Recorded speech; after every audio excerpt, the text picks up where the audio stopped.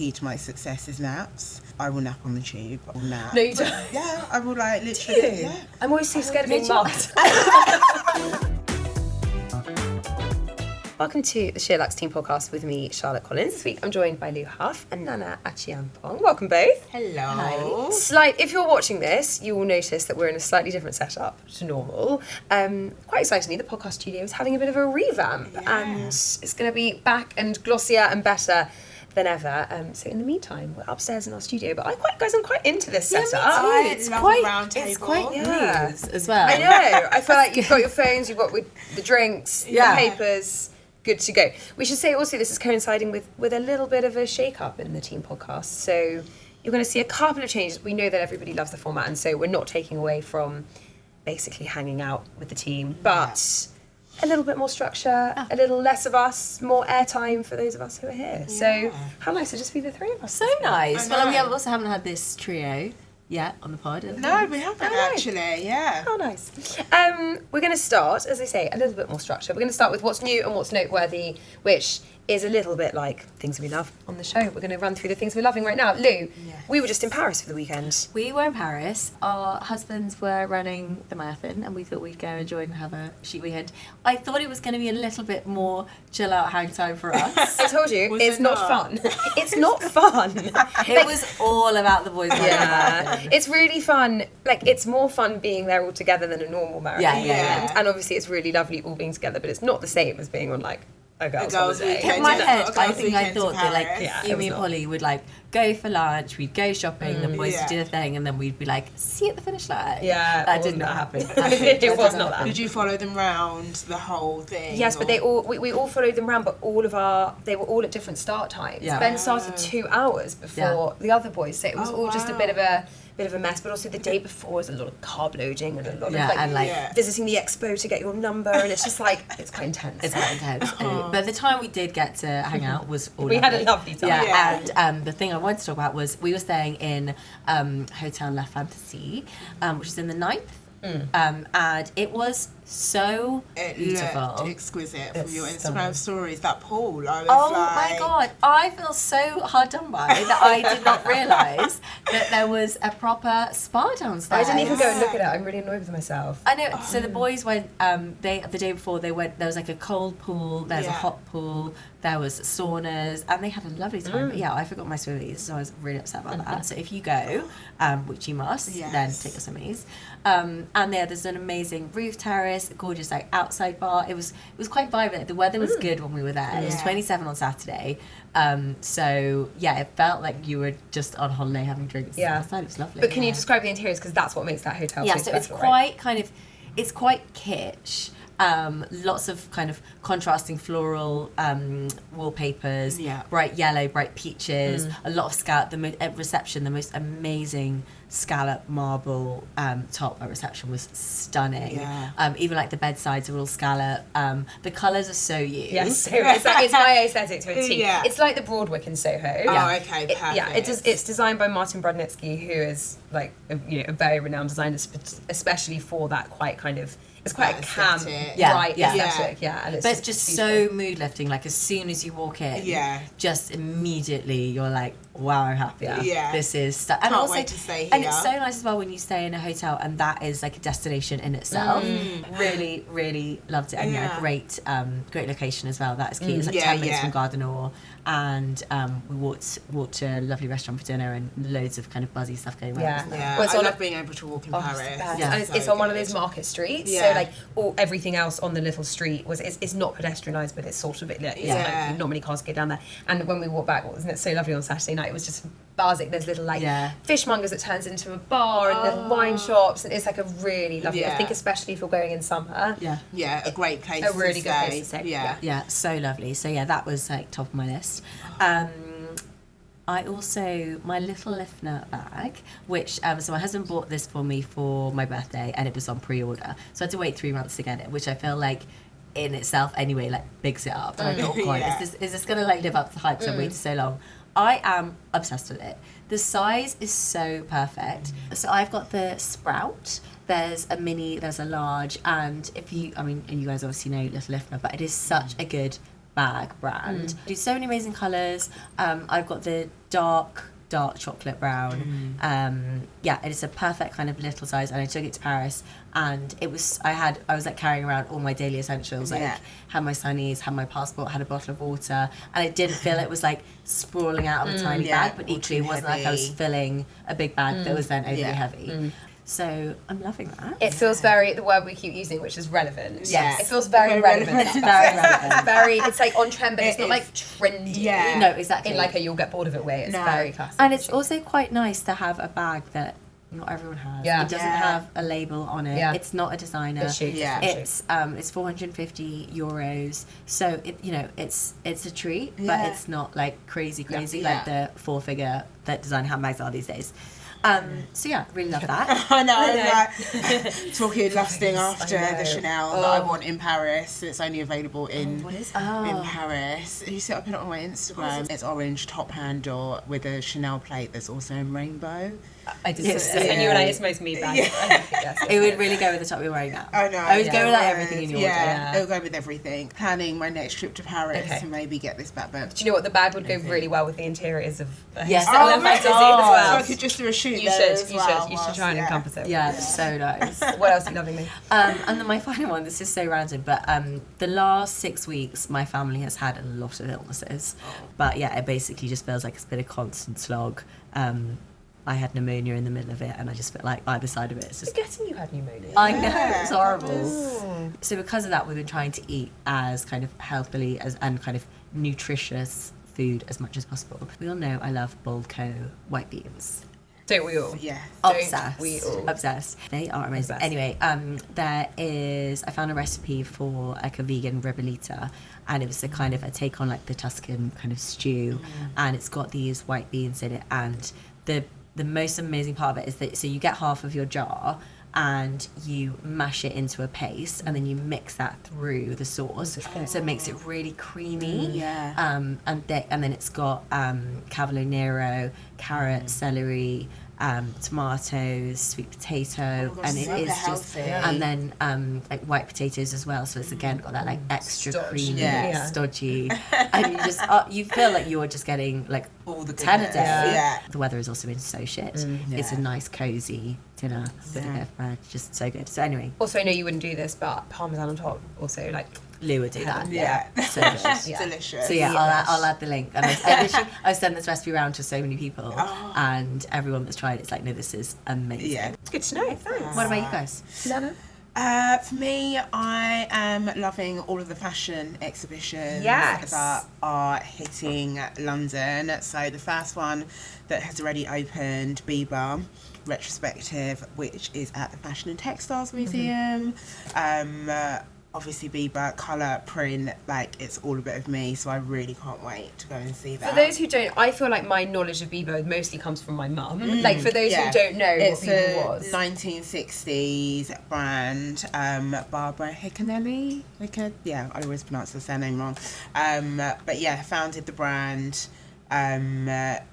She's just like a lover of fashion and dresses, so think of, I don't know, maybe kind of like what the hotel that you stayed in. So all of those kind of like amazing, gorgeous prints, the textiles, the kind of fringing, all of that. And it's just a look through the kind of like archive of all of those pieces. It's kind of a Rixo meets Temple-y aesthetic, right? Yeah, now it would be. I'd love to go. I'd love to see it, to see how much of what we see today has been influenced by that, because they were such an original British fashion brand. I feel like when you first decide you want to get into fashion, you learn about Bieber and Mary Quant. Totally agree. And Twiggy. Like they're the foundation. There's a Twiggy image with the lashes. It's so true. And the really straight, and Carnaby Street. The straight dresses with like circles on them, and you're like, wow, there's. I don't think I've referenced those until this point. British fashion starter pack. All of those things was so right. No, that is it. But yeah, quintessentially of the time. So 1960s, 1970s, going through all of that. What do you think your favourite era of fashion is? Oh, I do like the 60s. I don't know if I would ever, like, I love kind of like mini dresses, the tunic, like all of that. Colours. Yeah, all of the bright colours, go-go boots. Yeah. Like all of that. So I might go straight there. I think I'm 80s, but like Pretty Woman, Fran Drescher and the Nanny, like that aesthetic, like that the kind of Beverly Hills 80s. Yeah.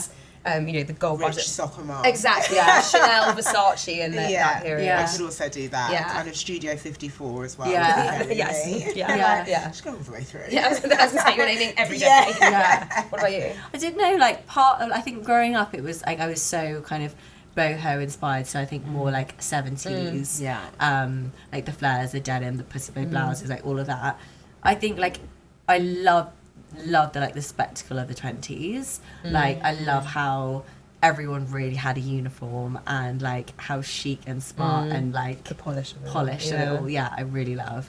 But I think probably now like 90s. I was gonna say you're a 90s Calvin Klein. Yeah, I think that epitomizes what my style is now, definitely. Yeah. Love that. So we have that conversation all day. If anyone does want to go and see the Bieber exhibition, it is on until the 8th of September this year. Next one is open on the 22nd of June, and it is Naomi in Fashion, which is at the V&A, which I think is going to be absolutely incredible. Like, I cannot wait to see everything that's been curated and put in this exhibition. So it's just a retrospective of her career. So all of her iconic moments, obviously when she fell down, including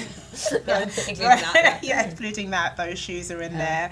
And then who's put it together? It's Naomi herself, but I don't know who. I know she was partnering with someone, but I'm not sure who to curate the whole thing together. But it's with her, which it's with her, which I think she'll have stuff that we don't even know about. And that's going to end up in there. So amazing. It's the V&A fashion exhibition. Oh my gosh, I know. And can you book tickets for it now? Yes, you can. Okay, onto the V&A. I have to see that. And then last exhibition, if we are not over Barbie, which I am for one. And Barbie Mania, there's a Barbie exhibition at the Design Museum, and that starts from the 5th of July this year, but that's as much as it is about the film, like that's pieces in there. It's actually about the dolls. So if you want to know the whole history of Barbie, like the first ever Barbie and so on and so forth, this is the exhibition for you. I actually do think that's quite interesting. I do think it is, like even stuff like the first black Barbie, the first disabled Barbie, I mean the whole way that they have had to adapt, I do think is a really interesting story. And also like how Barbie has been such a kind of the beginning of culture, but also adapted for culture. It's such a push-pull, isn't it? So, strange timing. Like, why not do that when the film came out? Maybe they only had the idea then. Do it next year. This is quite a big thing. Jump on the Barbie bandwagon. So that is everything on the exhibition. Love that. And then fashion news. Big fashion news. Victoria Beckham times Mango, which I haven't seen any of the collection yet, but I do know it's a very big collection between us and everyone else. Keep that to yourself. This is a safe space. It's launching on the 23rd of April, so not too long to wait. It coincides with Mango's 40th anniversary, which is this year as well. And I just think this is epic. I think it's a really good fit as well. 40 years of Mango. Like, I want to see what Mango looked like 40 years ago. Fascinating. They did do, at the beginning of the year, they did a capsule collection that was like from their archives. It was very 90s. Okay. But 40 years ago, who knows? 40s, 80s. Yeah, I want to see what that's like. But I'm just really excited to see what this looks like. When you say it feels like a really good fit, what does that mean to you? I think the kind of tailoring, like Mango do tailoring really well. The dresses as well. Like I think the campaign images that they've just put out on Instagram.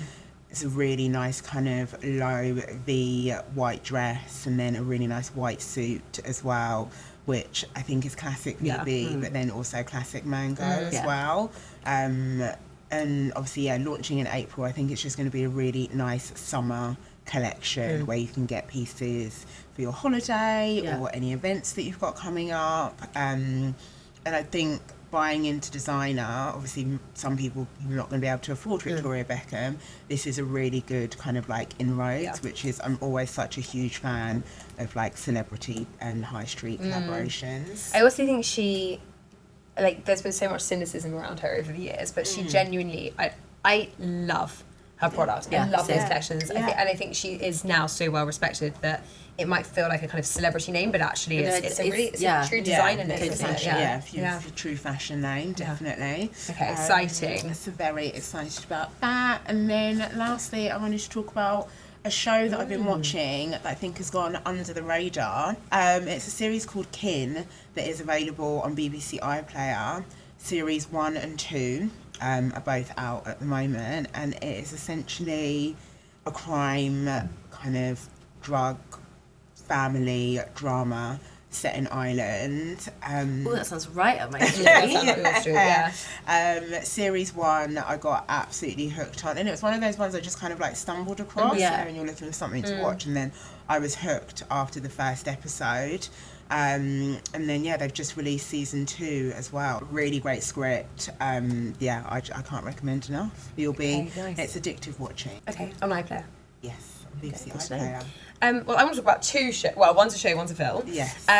First of all, Palm Royale. I feel like in this office we were really anticipating this show. This is an Apple TV show starring and produced by Kristen Wiig. As you've never seen her before, she is, you know, if you think of her in her kind of bridesmaids era, she is playing the archetypal kind of Southern belle who is incredibly aspirational within the Palm Beach society of the 1970s. And it is a story kind of, you know, it's all about this. She's kind of this very scrappy character who's really trying to work her way up in this world to which she's kind of loosely associated but can't quite get in for various reasons. And I mean, the story's good. It's not about the story. The homes, the fashion, the settings, it's so beautiful. It's kind of, again, going back to all the colour that we keep referencing, it's like a Technicolor show. Everything is so drenched in sunshine, which I think we're so deprived of here right now, that it feels like such a fun pick-me-up. You know, it's kind of dramatic, but it's not, you know, you're not going to be too kind of emotionally invested in it. It's got a really good cast that includes Ricky Martin. I know. Who looks exactly the same. Has not aged at all. It's ridiculous. He spends a lot of time without a stop on. Yeah. And he must be like 50. He must be. Yeah, incredible. He's actually good in it. Yeah. He's really good. Laura Dern is also in it, and Alison Janney, and Kaya Gerber's pops up every so often. Not that she's, you know, necessarily the acting pull in it, but it's just a fun, glamorous romp. And I'm loving she looks amazing. She looks amazing. Absolutely amazing. Yeah, I sort of don't want to have to believe that everybody looks better with a tan. She looks better with a tan and I look better with a tan, so, you know, we can relate. A good argument for that. She really is, yeah. And the other thing is Scoop, the kind of, again, slightly hotly anticipated Netflix film about the process and the subsequent fallout that went into and behind the Emily Maitlis, Prince Andrew interview on Newsnight in 2019. So I'm sure you guys have seen the coverage around it, because, I mean, what is most remarkable, and even having watched it remains most remarkable, is how they have transformed the actors into these characters. Rufus Sewell as Prince Andrew. Oh my god. It's wild. Yeah. It's wild. So my mum was watching it last night, and I was like looking at him. I didn't know it was Rufus Sewell, and I was like, I recognise that person. I really want to place it. I was trying to look at it. I was like, it's his nose, his eyes. I can't quite. And then it took me ages. I was like, it's Rufus Sewell. Mad. That is amazing. And you know what? There's one moment where they go in super tight on his eyes and his nose, and it's almost like, you know, on a quiz show where they merge two celebrity faces. Like, it's so, all they've done is add the, you know, the makeup, but it could be Prince Andrew. Yeah, but then also anyway, it's incredible, and also I quite fancy Rufus Sewell, so I feel like it's doing like weird things to me. You're like, that's not right. I do not fancy that. Prince Andrew, to be just saying. I do not fancy that. To put that out into the open. And Gillian Anderson certainly looks a lot like and embodies Emily Maitlis. She dresses a lot like her.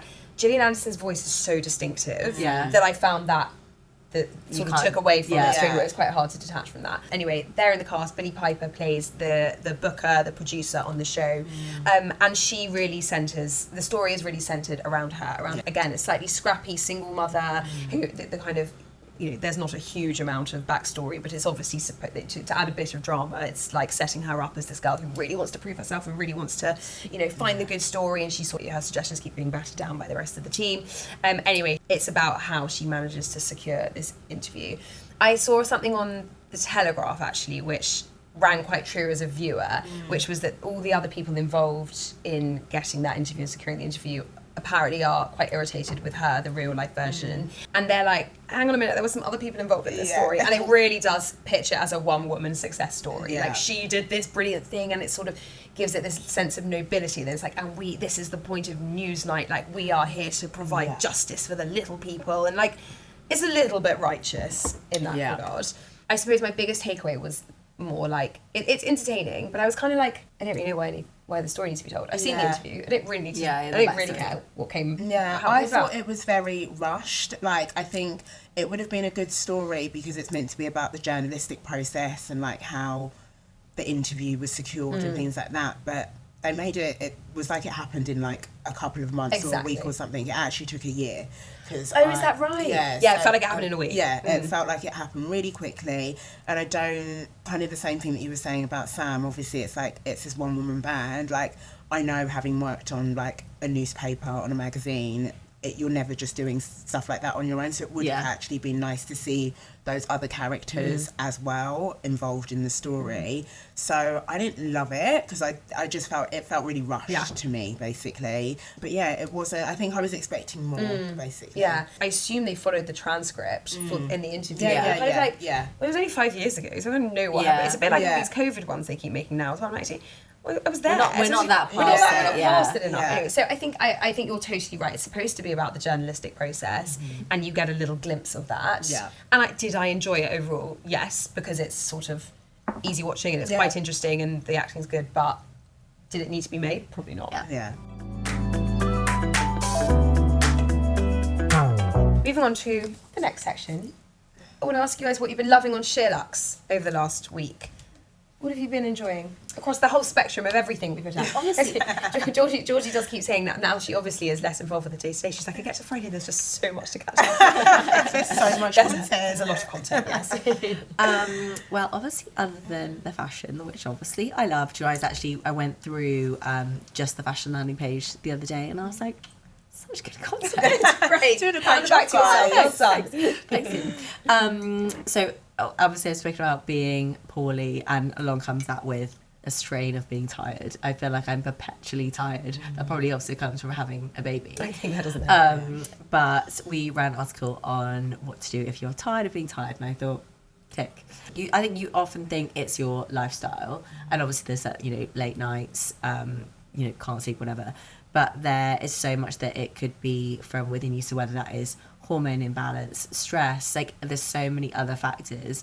And there's a quiz that you can take, which you answer like all these different questions about areas of your life, and then it will give you a summary of what potentially it thinks you need to focus on. That's cool. What, the quiz is linked in the quiz is linked in the article, so do take a look. I did mine this morning. Whether it is focusing on things that are going on in your lifestyle, how stressed you feel, how you rely on different food to kind of pick you up, where you are in your cycle, and I think it really made me realise, like, do you know what? I just don't stop enough, and how much I think in a kind of busy day-to-day lives you are just like running around like a headless chicken. And I think for me the biggest thing that affects my tiredness is stress.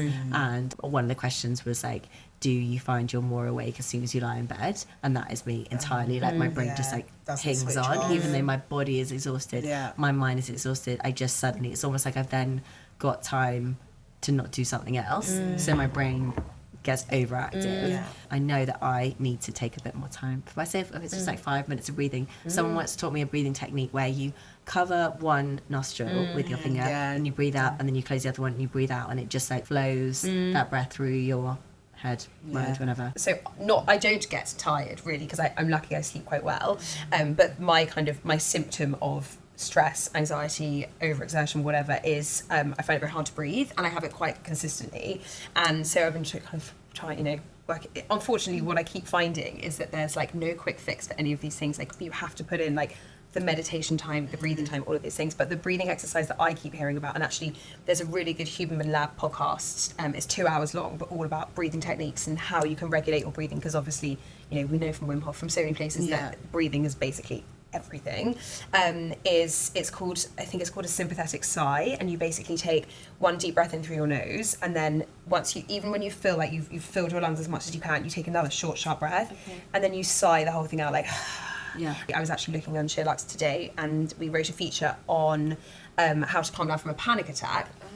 So slightly this wasn't kind of brought up on the Human podcast in relation to a panic attack, but they recommended that technique as well for that, because it basically tricks your body into thinking it's safe.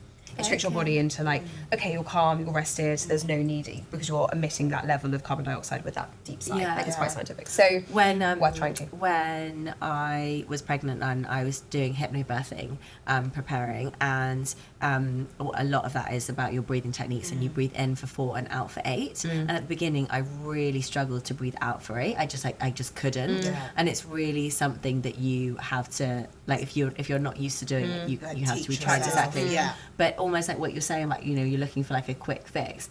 There isn't. And I think really the answer is you're looking for something quick to cure something that's because you're running too. Like you're running too fast. Yeah, exactly. So true. It's like you have to put the work in.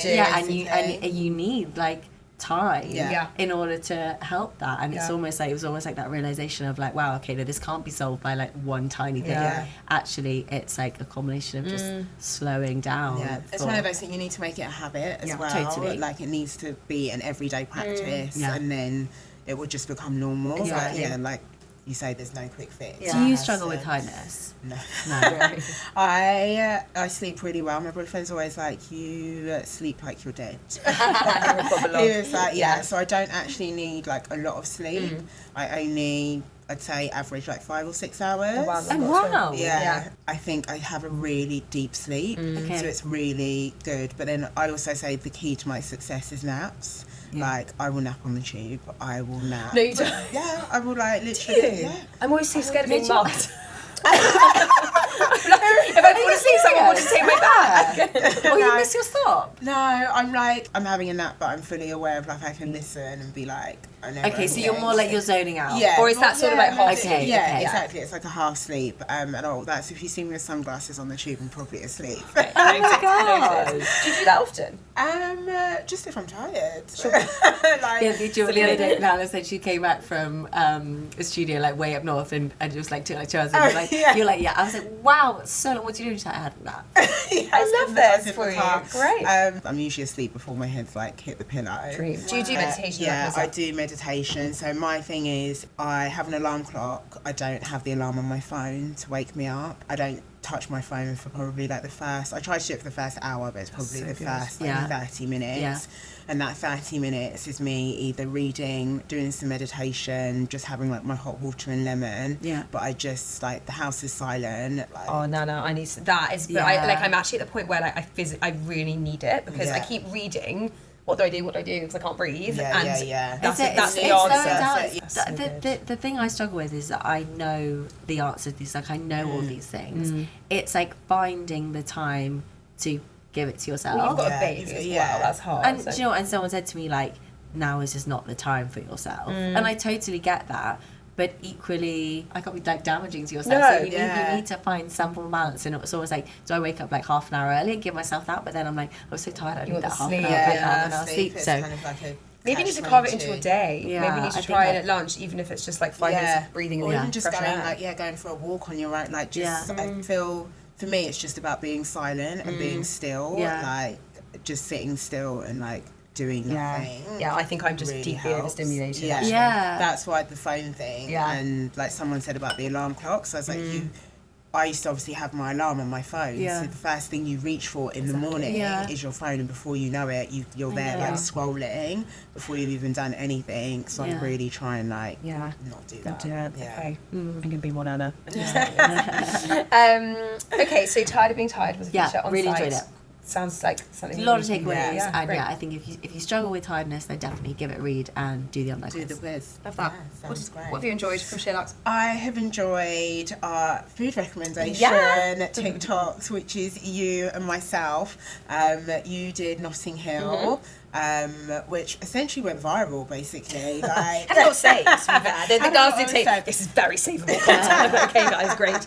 Let's go. Just places to eat. I mean, who doesn't love a food recommendation? Yeah. I was really nervous that it was going to get a lot of hate because I feel like it's one of those things where everybody's got an opinion and everybody wants to know, but anyway, it's fine. Yeah, no, not at all. Yeah. You can't hate on food. Also, everyone's got an opinion, but also everyone needs to eat, so everyone needs to know. Exactly. So. And I just feel like, look, obviously there's a version of that you roll your eyes at when it's like a super obvious plate. Like if someone's walking around London, they recommend sexy fish. You're not going to be like, then that justifies some hate. But I'd like to think that we gave niche enough recommendations, and we did. So there we go. Also, sometimes you don't always want niche. Like if you just don't know, like if you don't know Notting Hill, exactly. I filmed it with Tilly, who's on our social team and who has only been in the UK for 6 months. She's Australian, and she was literally like, "This is awesome. I'm going to write it down." I was just so excited about the recommendations. No, I did East London. You did, yes.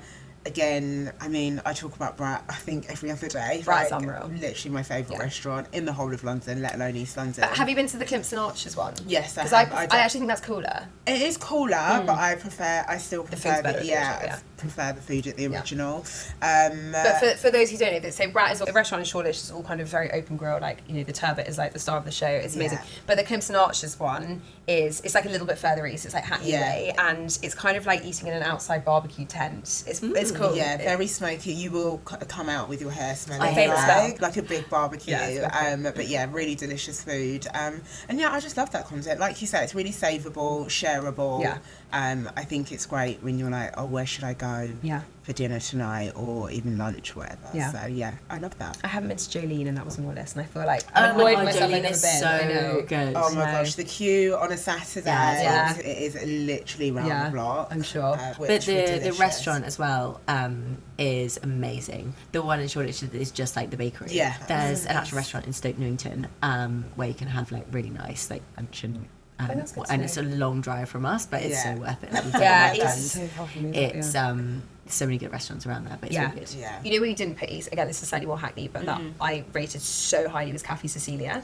Oh, I've not been. Oh my God, it's so good. Max Rocher, who is the brother of Simone Rocher, and the food is like exceptional. We went for lunch and it was so good. I remember a kind of bread and butter custard dessert thing, which I can just still taste it. It was so good. Like 2 years ago. It was so good. Gosh, I just love good food. I'm going to put that on my list. Do. Thank you. Another to a second round. And the plan is to do them with everybody in the team as well, in their respective Lou, where would you go? Well, I'm a southeast girl, and there's quite a lot around like Peckham, Herne Hill. Like there's some really good little pockets there, so I'll definitely have to look forward to that one. Yeah. We're going to move on and pull out top news. I'm not sure this is hard news, is it? But let's do a bit of that. Let's be a newsreader. So I saw an article on The Guardian that I thought was quite fun. This is by Tim Dowling, and he says, "Ball pits and bodacious pigs, my week in search of happiness and wonder." He says, "I don't want to be cynical or pessimistic, but it's difficult in such gloomy times. Can I find a way to tap into my playful side?" And he basically spends the day in London trying to have fun, in inverted commas, like old-fashioned fun. That includes going to the petting zoo. This is in Hounslow Urban Farm. There's a fetching picture of him with some enormous pigs. Then he takes himself to the seafront. He goes to Hastings in East Sussex in order to play the arcade, buy some sweets, do seasidey things, fish and chips, exactly. He also heads to play mini golf too. He also goes to the Balloon Museum, which I know you have done. Yeah. I thought that was kind of strictly for children. Perhaps that's... no, definitely not. Well, but perhaps that's sort of the point of the article, right? That there's the sort of fun we have as kids we don't really have as adults anymore. No. And we kind of had a chat about this, and we were like, okay, cool, so we'll talk about what we do for fun. And I thought, I don't know if I do anything for fun. What does fun look like to you guys? What does fun look like to me? I want to start horse riding again. That is my fun. Like, I really enjoyed that as a kind of like teenager. But now I don't know, fun hanging out with friends, but it's very much like getting a date that actually you both stuck to. I mean, in terms of like the definition of those things that we kind of think are traditionally fun, I guess it's things, and if you think of that list, it's things that are kind of, I mean, away from a screen. And they're outdoors. They're physically interactive. To me, it's a bit like losing your inhibition a bit and feeling a bit less like guarded and, I don't know, a bit like freer as well. You know, when you like have like a massive laughing fit with your girlfriends, you're literally just like uncontrollable, or like you go out dancing and you're so like, I don't know, you just forget everything else around you. Like that to me, I think is what like real like fun is. I think there's activities that I do which I really enjoy, which are kind of a really great like distraction from every day, or like I really like. It's not cool, but I love a jigsaw puzzle. And no, but I think that comes into the mindfulness conversation. So I wouldn't say I have like my most fun, but I enjoy it so much. Almost like when you are a child, I guess you're so unaware of people around you, what people are thinking, and I think it's just being almost like living in no one's watching. Exactly, like that kind of like inner child of like I don't really care about what's meant to be this or meant to that or what other people are thinking, and just being a bit more free. The one thing that I do in that respect is when it comes to holidays, my husband and I try to, when we're not beach people, we kind of get bored sitting around, and the times we have had the most fun is when we have done something that's, it doesn't have to be physically active, but again is a bit more kind of exciting, or a bit so we love like an open top bus tour, for example, which like again is not cool, but when I think about when I've had fun in recent months, it's doing things like that. Sorry, your most fun is surely when you went to the water park. Oh yeah, we did. You're right. God, I think we do try to. In Mallorca, we went to with the Aqualand. Big up Aqualand, and I haven't been since I was about 12. And yes, you're right. We did last year. Think, fuck it, let's go to Aqualand. I couldn't think of anything more fun than doing. You're right. Like, I love bit of adrenaline, and actually, yes, when I think about gone on different holidays, but we've done whitewater rafting, and we're looking to do that summer, like definitely those active things. But even this, like when we were in New York at Christmas, we had a restaurant booked for our last night, and we'd eaten out a lot, and we were like, or shall we go to a basketball game and have hot dogs for supper? And that was fun, because I think it's just different to what you normally do, and it feels a bit more. It just feels a bit more spontaneous and free, and like you're not kind of sticking to the normal adult rules of this is what we should do. It's not playing by the like perfect rules. No, exactly. I think you're so right. Yeah, be more Tim Dowling and have some more fun. Okay, finally, we're going to answer some of your questions. We've got one each. Yes. Nana, as you said before, we've kind of touched on this. Nana's morning routine. How does she fit it all in with the workouts? What time do you wake up? I wake up at 5 a.m. Okay. And what time do you go to bed? 11, 12. I guess if she doesn't need much sleep. I don't need much. Like, if I'm in, the thing is with me, I usually have an event on after work, or some sort of dinner, or I'm trying to see friends or whatever. So by the time you get in, take off your makeup, get into bed, it's like 10, 11. So 5 a.m, wake up, have half an hour to myself, a hot water and lemon, or my new discovery. Has anyone got a soda stream here? Oh, I don't like I had one. I got one Christmas, and I was obsessed for about 6 weeks, and then it broke, and then I was like, okay. What do you have in the morning with a soda stream? I make my own homemade ginger shots, which I freeze. Yes. I now have. They're in like giant ice cube trays, so I have one ice cube ginger shot and then put sparkling water over it. Okay. And it tastes like a really healthy ginger beer. That's just quite aggressive for 5 a.m. I don't think I'd want fizzy at that time. I have that, but also with the hot water and lemon. Okay. So it's like balance. Sure. Have half an hour for myself, and then I usually 9 times out of 10 have packed my gym bag. Before. This is always how you know if I've packed my gym bag, if I'm at the gym. If I'm doing a home workout, I've not packed my gym bag. Okay, that's the decider. Night before, because in the morning it's just too much. And do you work out every morning? Yes. Okay. Pretty much. So I think the key to my routine, having a plan, essentially. Like I know what classes I want to do, or whether I want to run, or whether I want to go and do Pilates, or whatever it is. But for me, it's like the best start to the day. It sets me up. I have an hour and a half where I don't think about anything else other than the moment, the function of like running or doing weights, and for my mental health, it's everything. It's everything. And how long have you done that for? Oh God, maybe about 5 years. Okay. So it's a pre-pandemic habit that you stuck to. Yeah. It's definitely pre-pandemic. Yeah, even if it's like not a morning thing, like I just think movement and exercise, I cannot recommend enough for your mental health, and just like it's again, not like I know I need to do it. I need you to come and run my life. I find it so difficult because I don't enjoy it, and I was in such a good routine pre-pandemic, and I've completely lost it, and now I haven't exercised in 4 years. But I think that's also and the it's key. horrible. I think what like we were saying before, when you've left it so long, you're Yes. scared. It's like it becomes such a thing. Yeah. I think another thing is the key is finding something that you enjoy. Yeah. What exercise is it that you actually do? So pretty much some sort of running every day, but I also like cycle, I like reformer Pilates. I get bored very easily, so I'm constantly just mixing it up. Sure. Maybe you should do a class, like teach a class. For the other team. I feel like that would be like, I love that. bring that sunshine and that energy. Yeah. We can do it here. We can get the mats out. I'd be down. We're same. Let's go for it. Yeah. Lou, biggest misconception when it comes to your job / working in the fashion industry? I feel like we were all like, wow, have we got to say about this? The biggest misconception is that it's incredibly glamorous, and we don't work hard. We work so hard for our jobs. And obviously there's all the lovely elements of it that people see. But yeah, we work so hard. Like any job, there's, there's steps that you climb to get to where you want to be, and there's really hard bits of the job that you don't love doing, but you kind of need to learn and get to grips with. And it's a hard industry, and I think it's also a very demanding industry as well.